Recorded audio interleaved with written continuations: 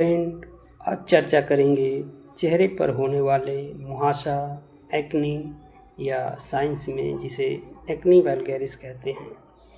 दोस्तों, शरीर में विद्यमान वे सब सिस्टम जिसकी वजह से ये मुहासा रोग होता है, उसके बारे में थोड़ा जान लेना चाहिए।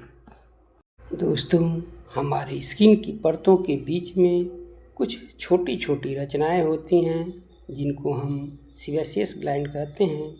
इस सीबेशियस ग्लैंड से एक ऑयली पदार्थ निकलता है जिसको हम सेबम कहते हैं।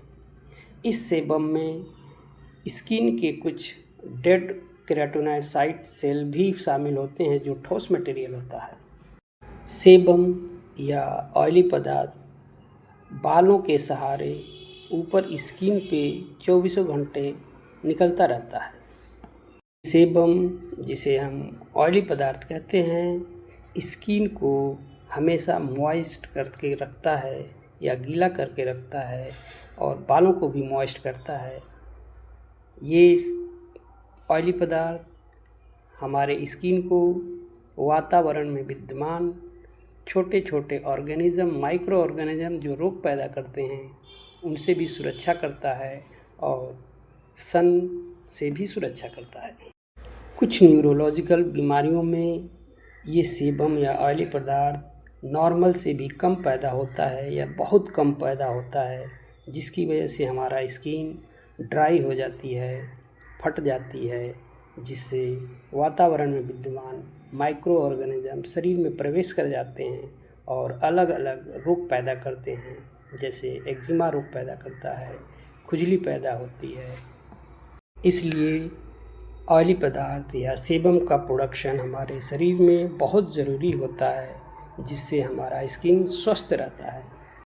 कभी कभी ये ऑयली पदार्थ बहुत ज़्यादा नॉर्मल से बहुत ज़्यादा ही बनने लगता है शरीर में, जैसे किशोरावस्था में, कभी कभी प्रेगनेंसी में, कभी माहवारी के समय, या कभी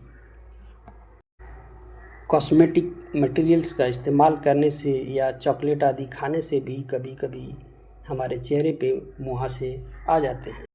इनमें सबसे ज़्यादा किशोरावस्था में ही मुहासा चेहरे पे दिखाई देता है, क्योंकि इस अवस्था में जो 12 से लगभग 28 साल की होती है, उसमें शरीर में एंड्रोजन नामक हार्मोन बहुत ज़्यादा ही पैदा होता है, जिससे शरीर में इसका संतुलन बिगड़ जाता है।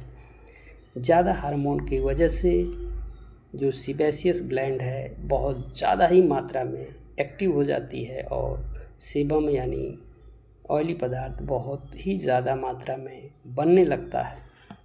ज़रूरत से ज़्यादा जब ये ऑयली पदार्थ, जिसमें सॉलिड मटेरियल ज़्यादा मिला होता है, बनने लगता है शरीर से, तो ये स्किन की परतों से होते हुए स्किन के ऊपर आने का प्रयास करता है, लेकिन रास्ता बहुत पतला होने के कारण ये सॉलिड मटेरियल उस रास्ते को ब्लॉक कर देता है, जिससे ऑयली पदार्थ ऊपर स्किन के नहीं आ पाता है और जहाँ ब्लॉक होता है उससे नीचे ही इकट्ठा होने लगता है, जिससे बाद में वो फुंसी के रूप में दिखाई देता है।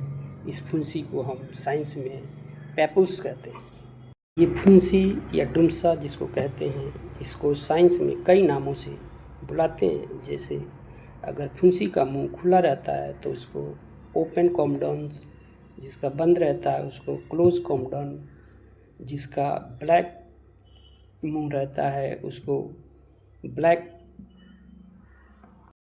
हेड, जिसका वाइट मुंह रहता है उसको वाइट हेडेड कॉम्बडोन्स या फुंसी का। हमारे चेहरे पर विद्यमान प्रोपायोनिक बैक्टीरियम एक्नी नाम का एक माइक्रो ऑर्गेनिज्म होता है, जो या तो वातावरण या चेहरे पे विद्यमान होता है। वो इस फुंसी में प्रवेश कर जाता है और इन्फेक्शन कर देता है। दोस्तों, ये फुंसियाँ इन्फेक्शन के बाद पीली पड़ जाती हैं, क्योंकि उसमें पस जमा होने लगता है। ये फुंसियों का अलग अलग स्टेज होता है। जैसे ही वो बड़ा होता है तो एक छोटी सी गांठ के रूप में दिखता है, और बड़ा होता है तो वो सिस्ट का रूप ले लेता है, और आखिर में ये केलॉइड नाम से भी जाना जाता है। ये मुहासे ठीक होने के बाद चेहरे पे गड्ढा या पिट हो जाता है। इन फुंसियों में कभी कभी खुजली, दर्द आदि होता है और चेहरे को कुरूप बना देता है। दोस्तों, चेहरे पे बहुत सारी फुंसियाँ निकलती हैं।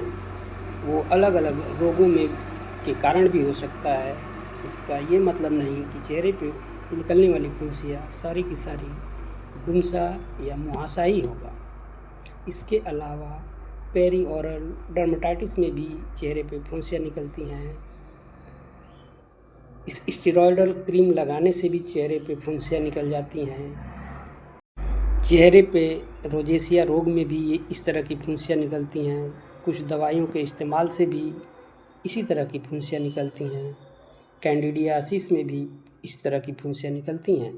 लेकिन इन सभी फुंसियों से डुमसा यानी मुहासे को कैसे अलग पहचानेंगे, ये एक स्किन का डॉक्टर ही कर पाएगा, क्योंकि सारी फुंसियाँ जो चेहरे पे निकलती हैं वो डुमसा या मुहासा, जिसे एक्नी वल्गैरिस कहते हैं, नहीं हो सकती। इनको अलग करना बहुत ज़रूरी होता है, क्योंकि इन सब का ट्रीटमेंट अलग अलग होता है। सब में एक ही दवा चलाने से रिज़ल्ट इच्छानुसार नहीं आएगा। मुहासे की ट्रीटमेंट की बात करें तो इसमें सबसे पहले हम गुनगुने पानी से चेहरे को वॉश करते हैं। उसके बाद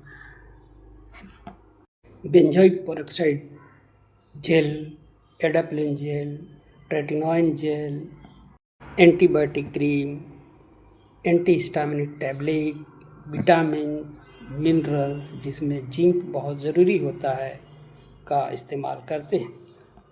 कुछ मरीज इस मुहासे को पूरे दिन नोचते व दबाते रहते हैं। उनको एंटीसाइकोटिक ड्रग भी दिया जाता है ताकि वो इस आदत से बचें। तो मुहासे का शुरू में ही इलाज करा लेना चाहिए, अन्यथा ये बढ़ते बढ़ते वहाँ की स्किन इतनी ज़्यादा बढ़ जाती है कि लटक सी जाती है, जिसको केलॉइड कहते हैं, जिससे चेहरे की सुंदरता बिल्कुल ही खराब हो जाती है और चेहरा कुरूप सा दिखाई देता है। उम्मीद करता हूँ कि ये वीडियो आपको पसंद आई होगी। धन्यवाद।